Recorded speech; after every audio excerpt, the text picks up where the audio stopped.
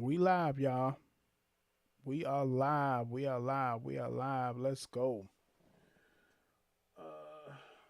We live on all six of our platforms right now. What's going on, y'all? How y'all doing? Welcome to the live. Appreciate y'all pulling in. Appreciate y'all pulling in. Appreciate y'all. What's up? What's up? What's up? If y'all didn't follow me, make sure y'all follow me. Make sure you hit that follow button. But today we're gonna be talking about why Americans is so poor. Just in general. It ain't even gotta be just like it's just we are poor. You know what I'm saying? We really ain't got the money like that. But this video right here that we about to look at, it kind of like breaks some of that stuff down, right? It breaks some of that stuff down why Americans are so poor. And we're gonna play it and we're gonna chime in on certain stuff. And this might not be our last topic of talking about this. We might talk about this a couple other times, which that's the plan. I definitely want to talk about like money and financials and stuff like that because I feel like a lot of the times, we not, when it comes to money, we not financially aware of what we should be doing with our money, if that makes sense, right? So, like, you got people that would have money, right? And they in a situation where they could pay their bills, they could do all this stuff, and then they make a little extra money. And what they do is they add more expenses to their bills. You know what I'm saying? And sometimes that's not the perfect financial choice to do. You know what I'm saying? I'm just saying. Sometimes that's not the perfect financial choice to do. I mean, should try to save it. But anyway, let's get into this video. I appreciate y'all for rocking with me, coming in. Appreciate y'all. Like I said, once again, if y'all did not follow me, make sure you hit that follow button. Because we are trying to get to a goal. We are trying to get to a goal, y'all. We're trying to get to a goal here. We definitely trying to get to a goal, and I believe we could make it. Yeah. All right, so let's play this. Let's play this video, and we're gonna do our commentary and stuff. We're gonna be here for a while, probably about an hour, y'all. We're gonna be here for about an hour, probably a little bit longer than that, because this video is long. So we're gonna go through it. Let's go. Being middle class, I feel like you're really just in between a rock and a hard place. So there were certain kinds of assumptions around being a middle class person that have sort of shattered. And wages, really, in some ways, are a reflection of the productivity and skills of American workers. 4 in 10 Americans say that money affects them negatively and the state of their mental health. The consumers that have a whole lot of debt really are struggling to survive.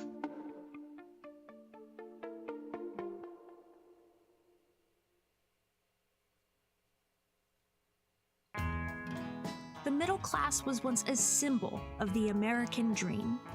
But the American middle class today paints quite a different picture. Being middle class, I feel like you're really just in between a rock and a hard place. You're in a spot where everyone's like, hey, you're doing better than, low class. You're doing great. You should be fine.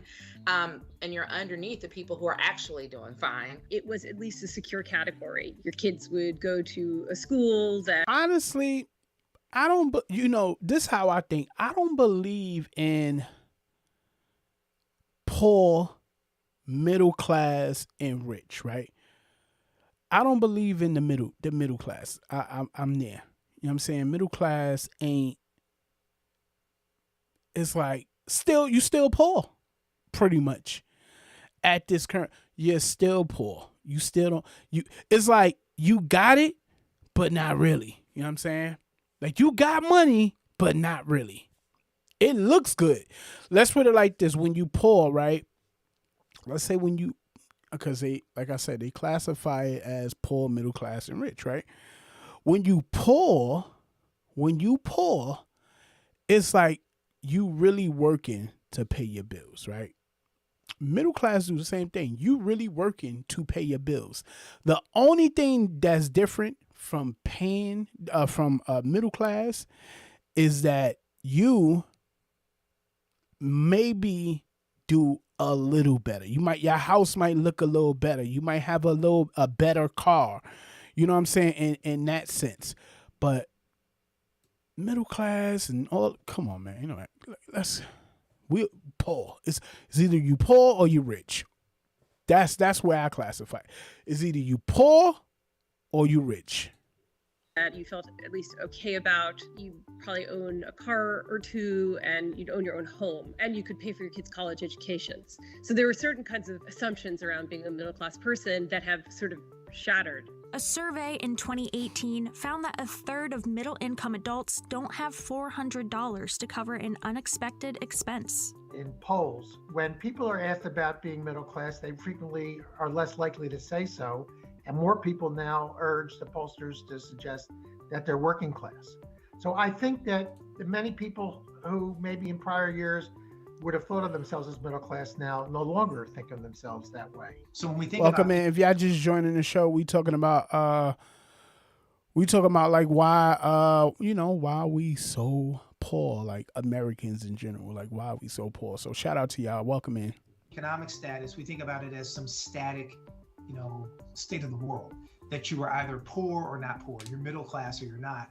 But in fact, the reality is that many middle class families will experience 1 or a few years in poverty. In fact, most American families will have years where they'll be poor or near poor. That Facts. precarity, that uncertainty, Facts. that is now a feature of the middle class experience for most U.S. families.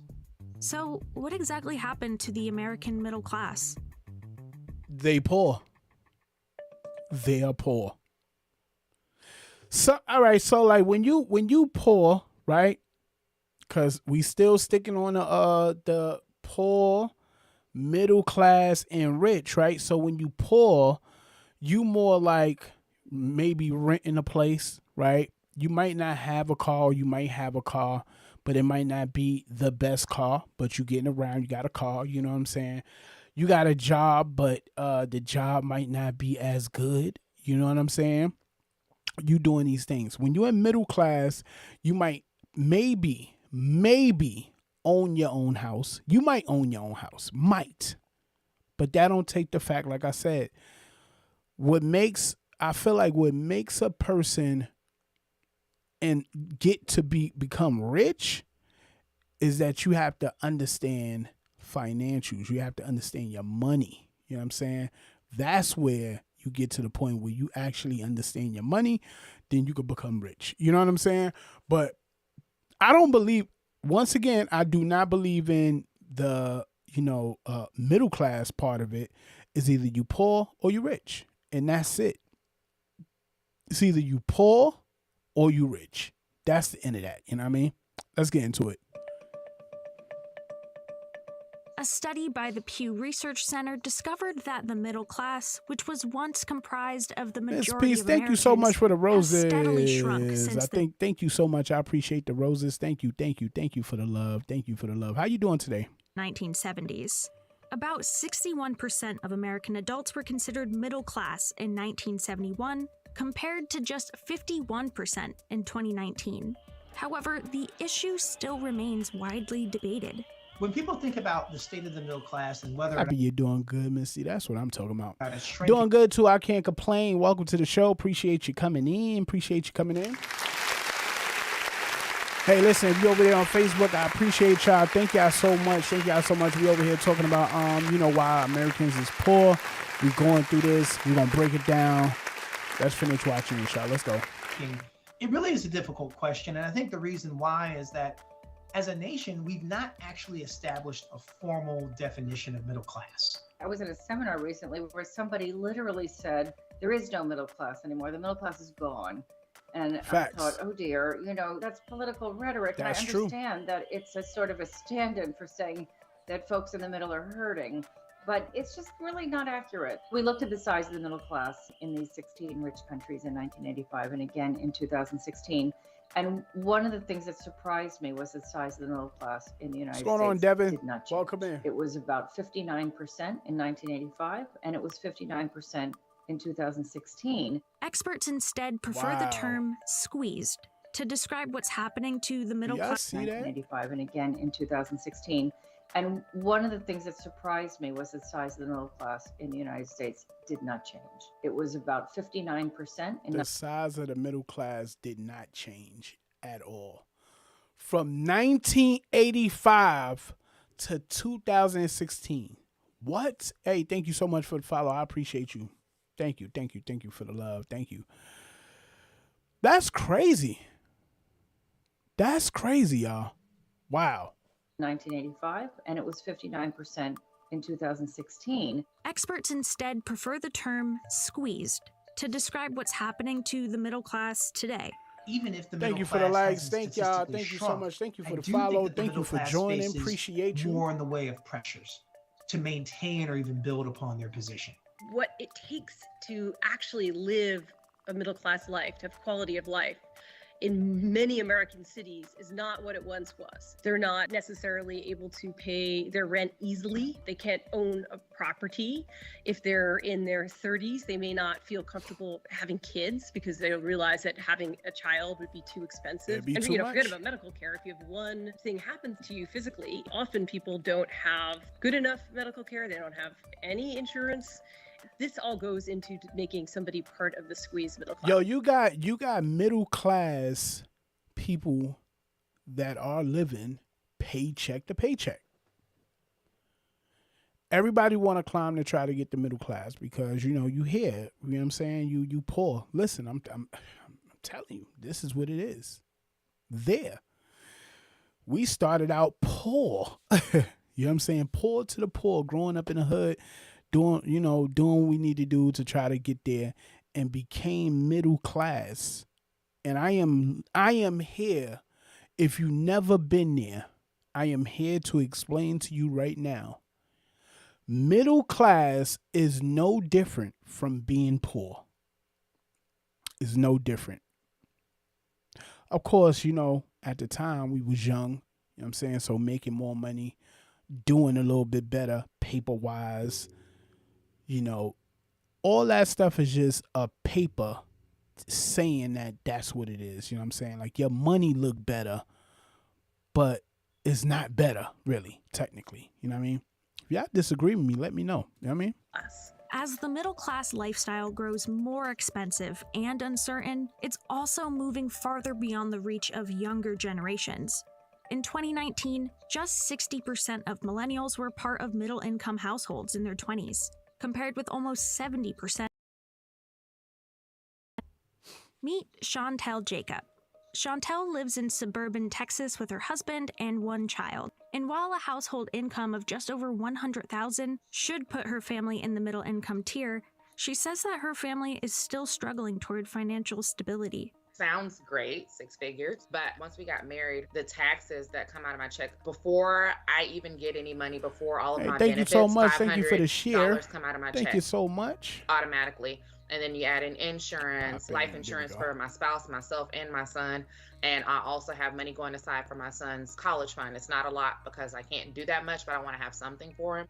My check that starts off at about $3,000 goes down to $2,200 before I even get to touch it. Right. Our rent's about $1,700. Electricity is about $150. Phone bill's about $280. Internet $60. We both have vehicles. Those are about $800. And that's typical, right? Like it happens depending on your lifestyle or where you at, and sometimes you're not meaning to do this, right? So like it's like, hey, I need a car, you need a car.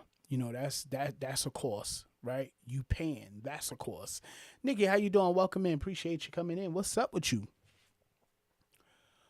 That's a cost. You're paying, for 2 cars, and let's say maybe you might, you paying on the car. You're not flat out buying this car because why? You making more money. Why not? You know what I'm saying? So you can go from, right, let's say you making $42,000 a year. You know what I'm saying? Dimples, how you doing? Welcome in. Thank you for the heart. Me appreciate you. Thank you. Let's say you making $42,000 a year. You literally making $42,000 a year. Well, they cutting taxes, so let's bring that down to like 20-some thousand a year. You got to pay all these expenses and stuff like that, right? But then as your money grows, so let's say now you at a point where you making $90,000 a year. That sounds really good, don't it? Right? About them 25-cent raise. Sometimes I'll be ready to punch them in the throat. You give me 25 cents. It's not really doing that. But let's say you get 25 cents every quarter, another 25 cents, 20. By the end of that, you young got maybe $1, right? So you made $18, $19. Now you at $20. So it sounds good. That sounds good. $20 an hour. Oh shit, yeah, I'm making $20 an hour. But everything went up within that time period that you got that raise. So now technically that raise that you got really don't mean nothing because everything went up. So while it looked good on paper that you made this money, it's not transitioning into you being able to utilize that money to do something better. You know what I'm saying? It's not. So you got, people that, apply for food stamps, and I don't know if y'all know, right? But some people really literally can't get food stamps because of the amount of money they make. You know what I'm saying? And it's like, yo, I'm really not making that much. Why I can't get it? They need that money. They need that. Some families really need that. Right. Some families really need the food stamps to be able to feed their families and, do what they need to do. But, I know a nurse. Let me tell you, I know a nurse and she make a good amount of money, you know what I'm saying, as a nurse. But she has a big family and the paychecks that she make is just not enough money to be able to support. So she goes to try to apply, and by her making a certain amount of money, she can't get it. It's sad. It's crazy. You know what I'm saying? It's crazy. And we are in this world where, it's about $1. You know what I'm saying? It's about $1.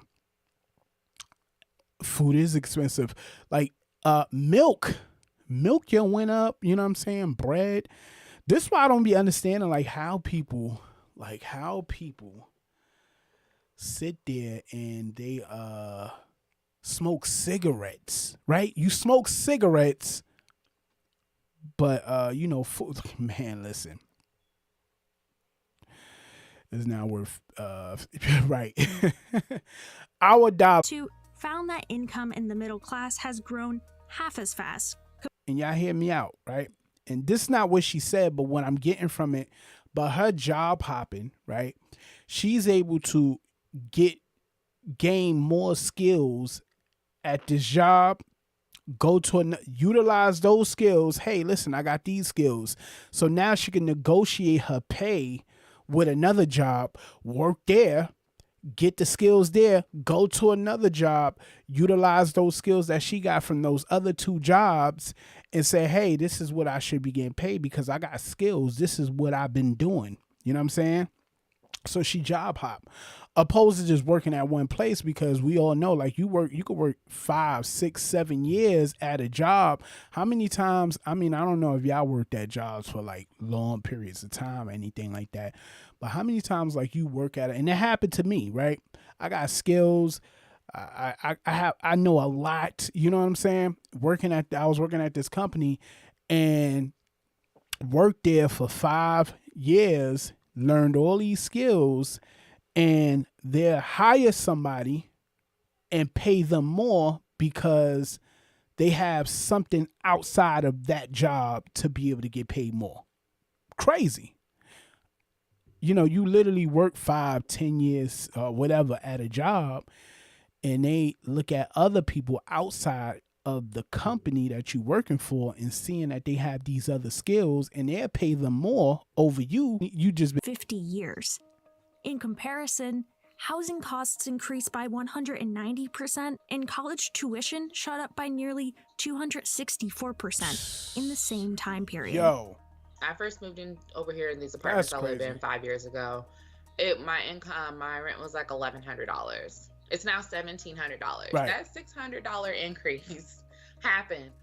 I did not have a $600 increase. Like my income did not increase at the same Right. rate. And it Rising don't. expenditures. And Right. y'all could see that. Y'all could definitely see that. If you've been in your place for 5 years, 3 years, even 3 years, y'all will see, because every year or every time when your leads go, it goes up. But that you could still work at the same job, your pay don't go up.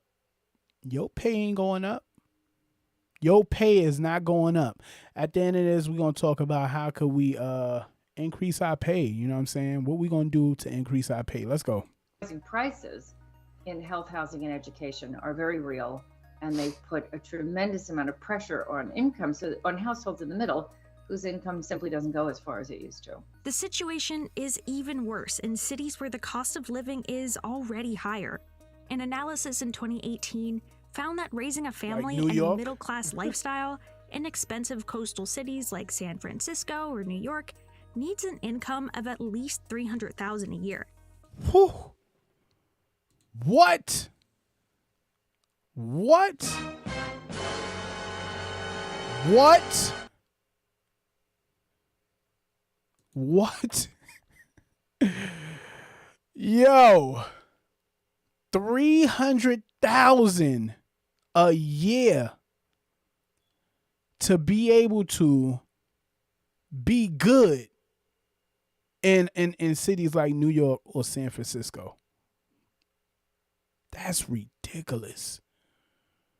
Who y'all know in New York actually making 300,000 a year? You could take that 300,000 a year, live somewhere else very comfortably. But in these places, it's crazy because, like, you could get a place in New York, a 2-bed. We talking about a 2-bedroom in the hood for like $28